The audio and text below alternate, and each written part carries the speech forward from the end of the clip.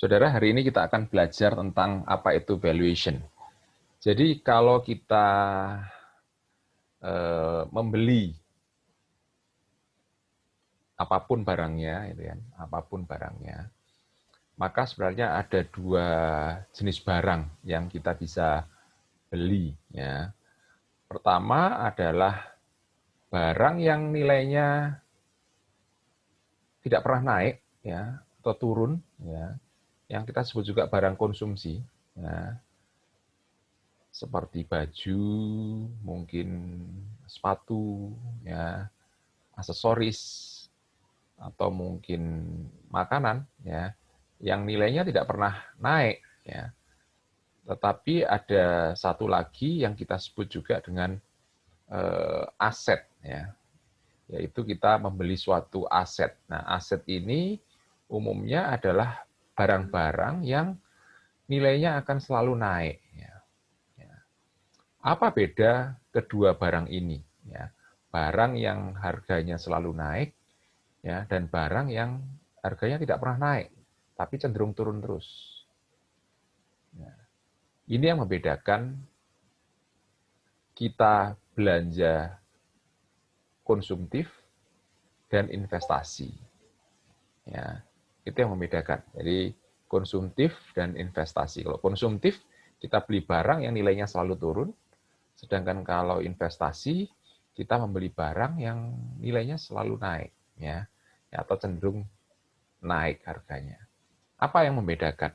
Ya, yang membedakan antara keduanya adalah kalau barang yang cenderung nilainya turun itu adalah barang yang tidak bisa memberikan manfaat secara finansial kepada kita. Ya, ya, seperti kalau kita bicara baju, ya manfaatnya kenyamanan, fashion, trendy. Sepatu juga seperti itu. Ya, nyaman dipakai, ya, secara fungsional, ya, enak buat kaki kita. Ya, sehingga tapi secara finansial barang-barang tersebut tidak pernah memberikan manfaat, ya, secara finansial. Ya, berbeda dengan aset-aset yang harganya naik. Ya, dia bisa memberikan manfaat secara finansial pada kita. Contoh ketika kita membeli saham, ada manfaat yang kita dapatkan secara finansial, yaitu pembagian dividen. Kalau kita beli properti, ada manfaat secara finansial yang kita dapatkan dari properti tersebut, yaitu uang sewa kalau properti itu kita sewakan. Atau ketika kita membeli surat berharga obligasi, maka kita menerima manfaat secara finansial, yaitu berupa bunga atau berupa kupon. Ya. Nah, saudara, harga-harga aset yang naik tersebut, kenaikannya sebenarnya ditentukan oleh seberapa besar manfaat finansial yang kita terima dari aset tersebut. Contoh misalnya, kalau kita bicara properti, ya, harga properti itu akan semakin mahal jika apa? Properti itu bisa memberikan manfaat finansial semakin besar.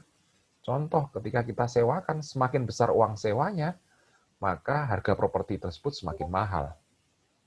Kalau kita bicara saham, semakin besar dividen yang kita terima, maka semakin besar pula atau semakin tinggi pula harga saham tersebut. Demikian dengan obligasi. Kalau kemudian kita menerima kupon atau bunga yang semakin tinggi, maka otomatis harga obligasi tersebut juga akan semakin tinggi.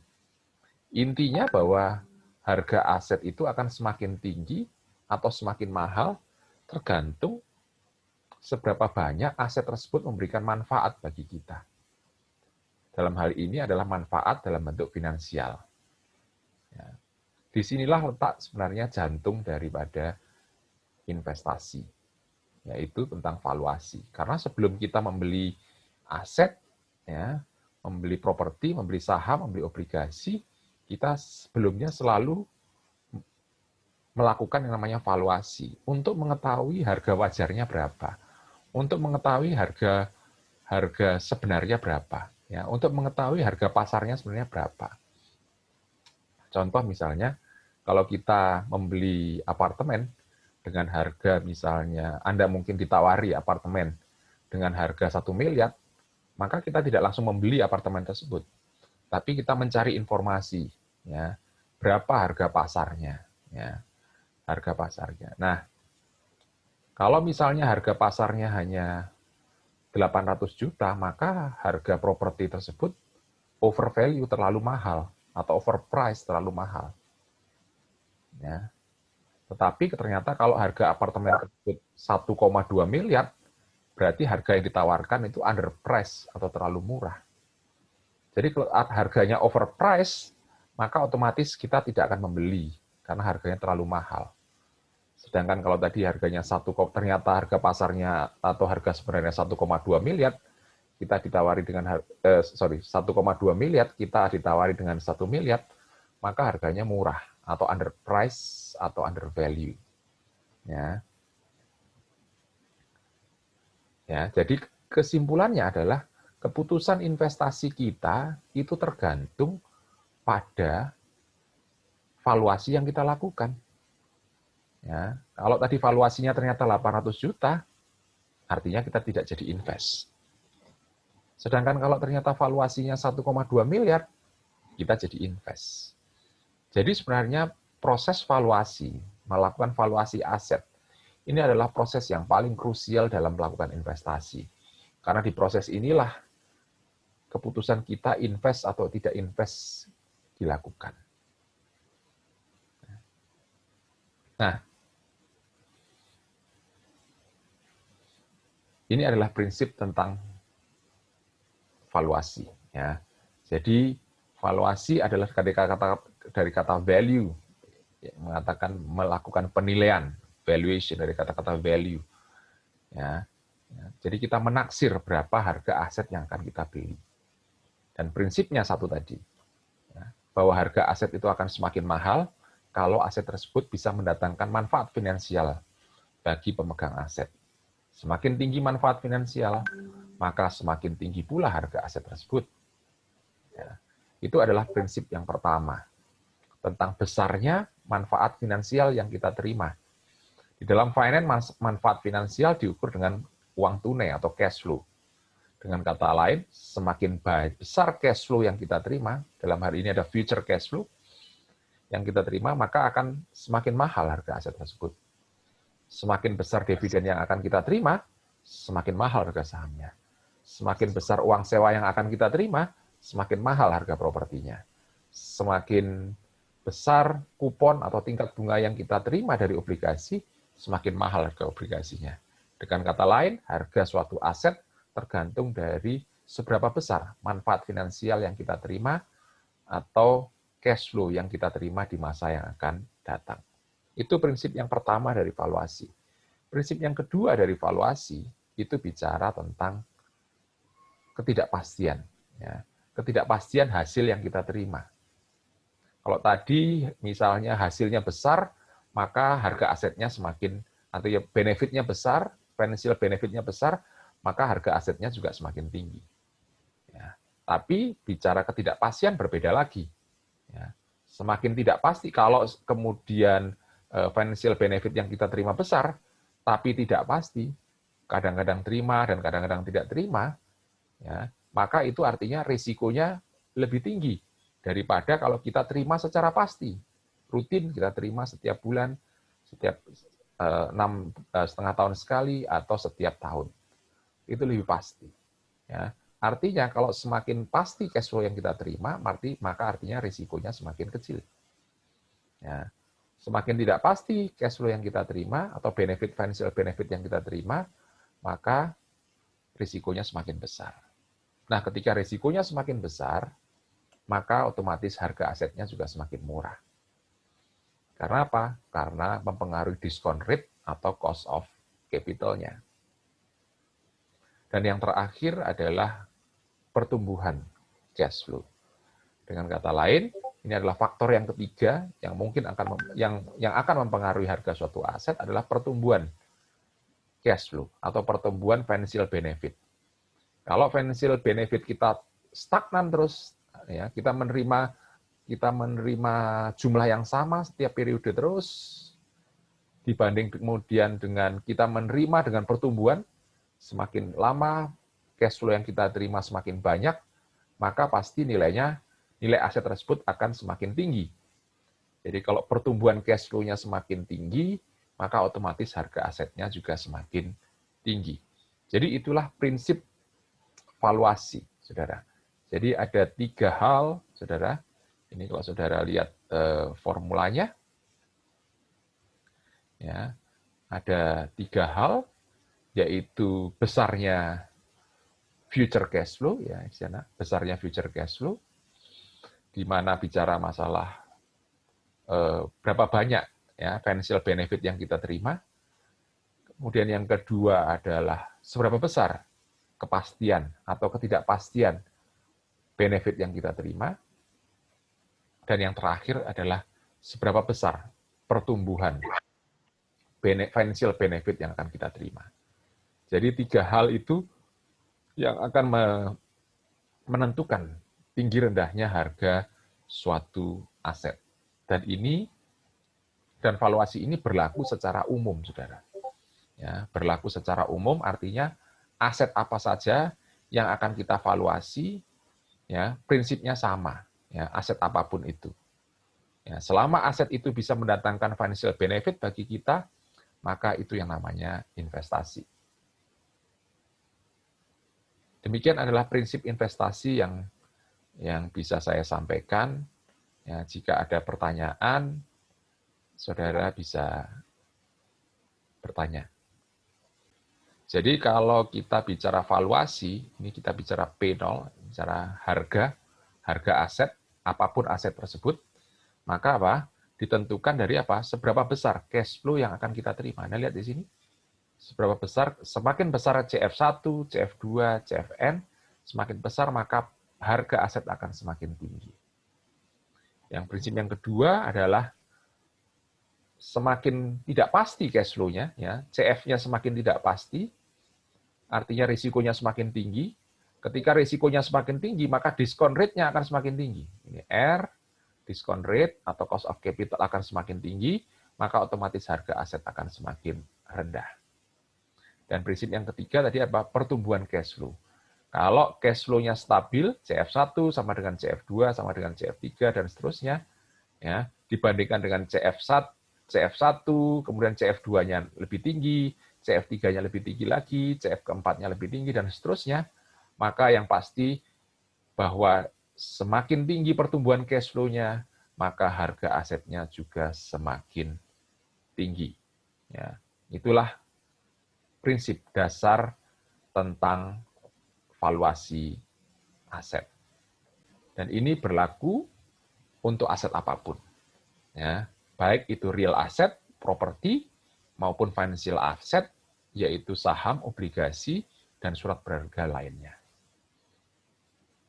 Selanjutnya kita akan mencoba mengaplikasikan prinsip dasar valuasi ini ke dalam 2 surat berharga yang sering kita jumpai, yaitu obligasi dan saham. Ya, mana yang lebih mudah? Melakukan valuasi obligasi ataukah valuasi saham? Ternyata, saudara, yang lebih mudah adalah melakukan valuasi obligasi. Di mana mudahnya seperti apa? Mudahnya pertama, bahwa obligasi memiliki cash flow yang sama. Karena cash flow ini berupa kupon atau bunga. Dan biasanya jumlahnya relatif apa? Sama, saudara. Ya, tidak berubah. Berbeda dengan saham yang di mana kita menerima dividen yang jumlahnya setiap periode bisa berubah-ubah. Di sanalah tingkat kesulitan, apalagi di masa yang akan datang. Ya, kalau mungkin kita prediksi setahun, 2 tahun, mungkin mudah.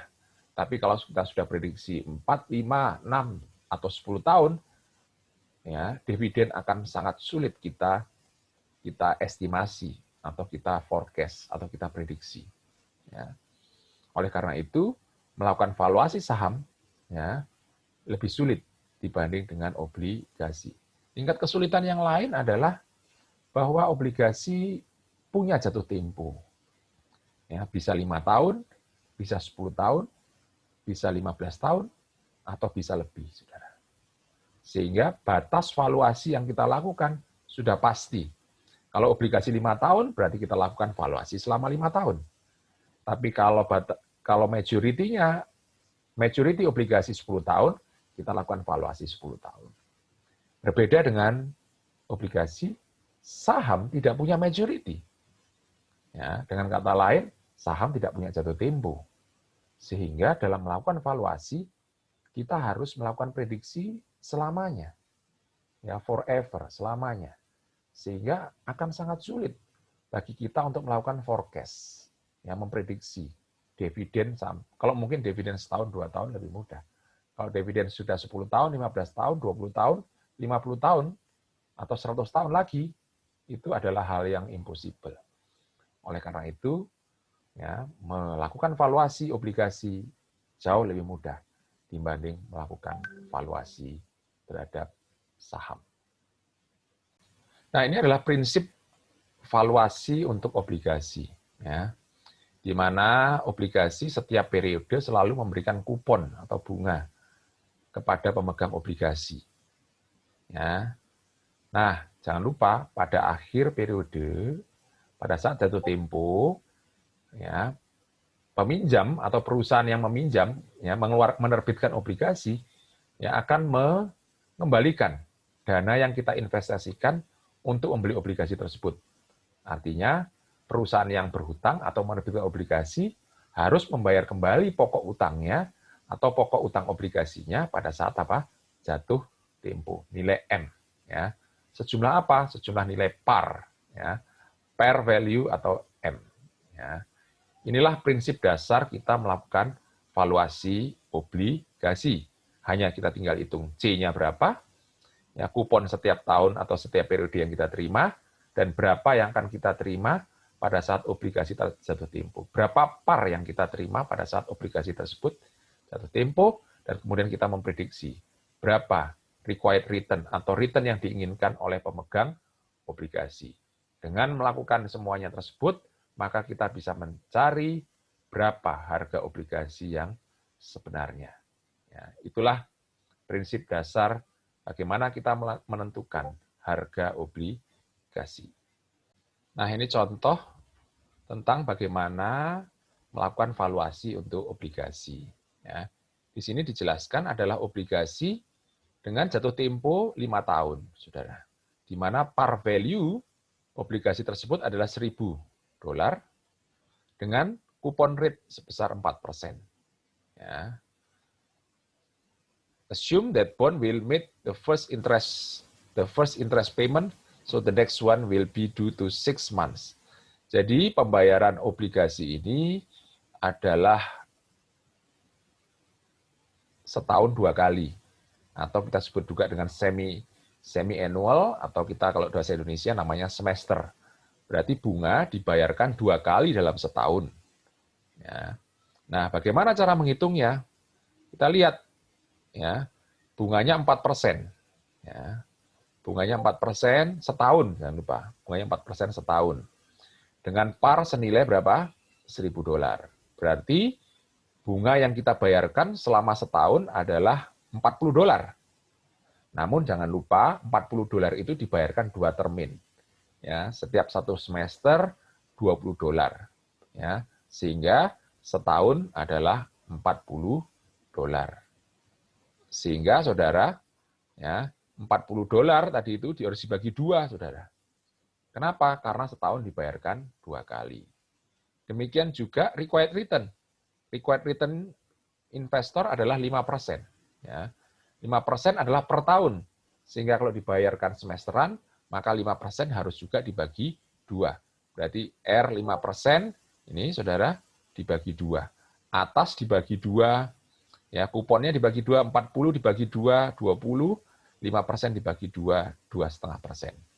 Ya, intinya bahwa 1 di sini bukanlah 1 tahun, tapi 1 semester 1, semester 2, semester 3, sampai semester ke-9 pada saat jatuh tempo. Ya. Nah, sehingga nilai obligasi, harga obligasi yang kita dapatkan adalah $960 ya. $960. Padahal nilai parnya 1.000 ya. Sehingga apa? Harga pasar obligasi di bawah nilai par 1.000 maka disebut dengan sell at discount karena dijual di bawah harga parnya.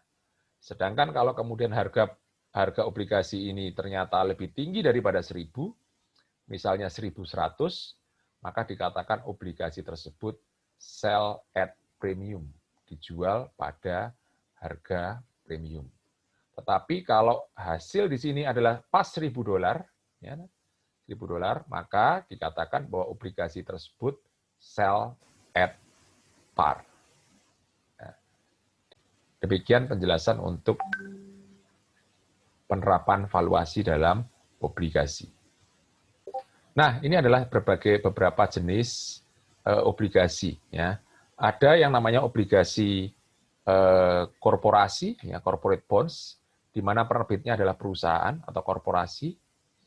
Ada yang namanya municipal bonds, di mana penerbitnya adalah pemerintah daerah, ya, seperti mungkin pemerintah daerah Jawa Timur, pemerintah daerah Surabaya. Ya. Kemudian ada yang namanya treasury bills, notes atau bonds, di mana penerbitnya adalah federal, pemerintah federal atau pemerintah pusat. Ya, juga kemudian ada agency bonds, bonds yang diterbitkan oleh agensi dari pemerintah. Ya. Seperti dulu ada BPPN, Badan Penyihatan Perbankan Nasional. Ya. Atau diterbitkan oleh salah satu dari lembaga pemerintah. Kemudian obligasi juga punya rating, saudara. Ya.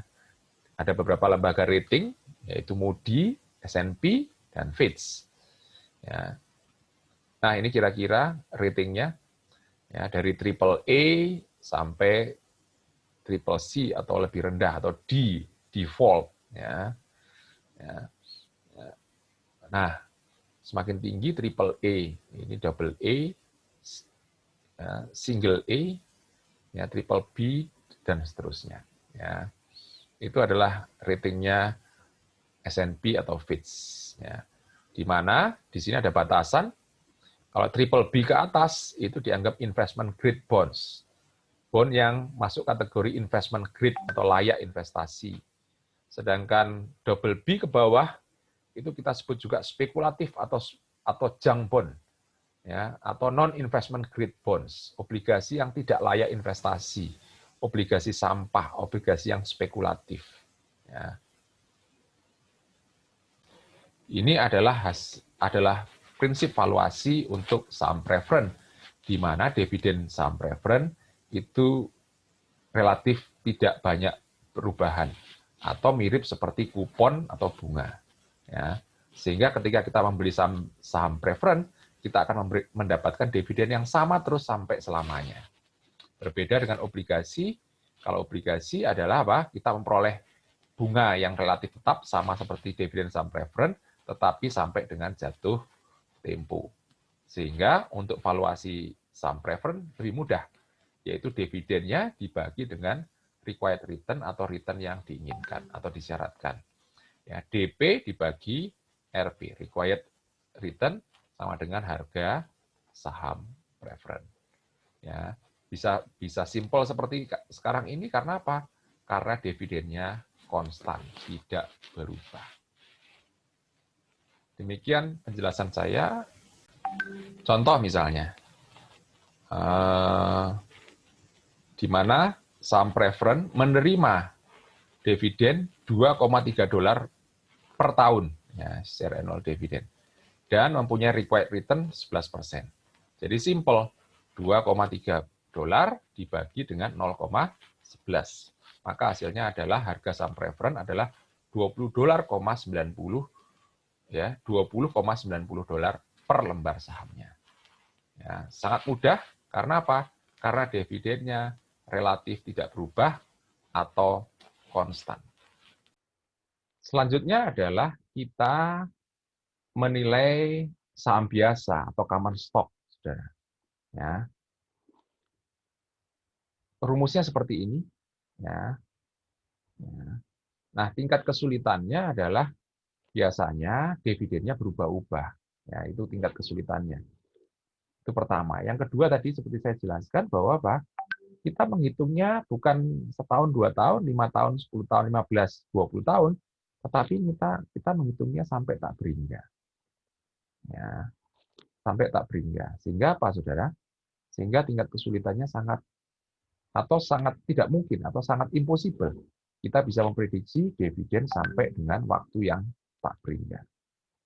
Maka selanjutnya, kalau kita ingin melakukan perhitungan, menghitung harga saham biasa, maka kita perlu beberapa asumsi untuk mempermudah perhitungan. Asumsi yang pertama adalah jika, kita lihat di sini, jika dividennya tidak berubah. Artinya setiap tahun kita sebagai pemilik saham biasa menerima dividen yang sama. Berarti D1 sama dengan D2, sama dengan D3, sampai dengan dividen tak berhingga atau dividen selamanya. Ya, jika dividennya konstan, tidak berubah, seperti tadi dividen saham preference, maka rumusnya sama, yaitu harga sahamnya sama dengan apa? Dividennya dibagi required return atau return yang disyaratkan. Jadi rumusnya sama dengan valuasi saham preference. Ya, karena apa? Karena dividennya sama, tidak berubah. Ini asumsi yang pertama, bahwa dividennya konstan. Ini namanya konstan dividen atau zero growth. Ya, tidak ada pertumbuhan atau dividennya konstan. Kemudian yang kedua ya, adalah jika dividennya bertumbuh. Ya, ya, dividennya tidak tetap, tidak sama. Ya, berubah. Setiap tahunnya dividen berubah atau bertumbuh. Dan pertumbuhannya yang konstan. Jadi bedakan dengan sebelumnya. Kalau sebelumnya dividen yang konstan. Kalau yang asumsi yang kedua adalah pertumbuhan dividennya yang konstan. Kalau pertumbuhan dividen konstan, maka rumusnya adalah harga saham biasa sama dengan dividen dibagi required return dikurangi dengan growth-nya, yaitu growth-nya dividen. Ini adalah prinsip valuasi untuk saham biasa dengan pertumbuhan yang konstan. Terakhir adalah jika ternyata pertumbuhan dividennya itu berbeda ya setiap periode. Hal ini biasanya untuk menghitung dividen di mana perusahaan menghitung harga saham di mana industrinya merupakan industri yang pertumbuhannya tinggi ya, seperti sektor telekomunikasi atau industri telekomunikasi yang pertumbuhannya sangat tinggi. Ya. Dan kalau pertumbuhannya sangat tinggi, kita bisa bayangkan kalau G-nya lebih besar daripada R-nya, yang terjadi maka P-nya akan minus. Ya. Sehingga ketika kita menggunakan rumus ini, ya, maka kita harus tahu asumsinya adalah G tidak boleh lebih besar daripada R-nya. Kalau lebih besar, maka rumus ini tidak berlaku. Nah, bagi industri-industri yang punya pertumbuhan sangat tinggi, maka kita bisa menggunakan beberapa growth. Ya. Contoh misalnya, industri dengan pertumbuhan tinggi itu tidak akan terjadi selamanya. Mungkin akan terjadi mungkin dalam waktu 5 tahun, 10 tahun, 15 atau 20 tahun. Ya, tidak akan mungkin pertumbuhan tinggi itu akan terjadi selamanya. Karena apa? Karena dengan adanya pertumbuhan tinggi pada sektor atau industri tertentu, maka akan banyak orang yang ingin masuk atau pesaing yang ingin masuk ke sektor tersebut. Akibatnya, yang semula mereka menikmati supernormal growth, growth yang sangat tinggi, ketika banyak kompetitor masuk, maka pertumbuhannya akan menjadi normal. Maka dengan ini akan dihitung, misalnya 5 tahun akan mengalami supernormal growth, yaitu growth-nya di atas rata-rata yang normal, mungkin dari 5 sampai 10 tahun juga supernormal growth, baru setelah itu dari 10 tahun, setelah 10 tahun pertumbuhannya kembali normal karena banyak pesaing masuk ke sektor atau industri tersebut.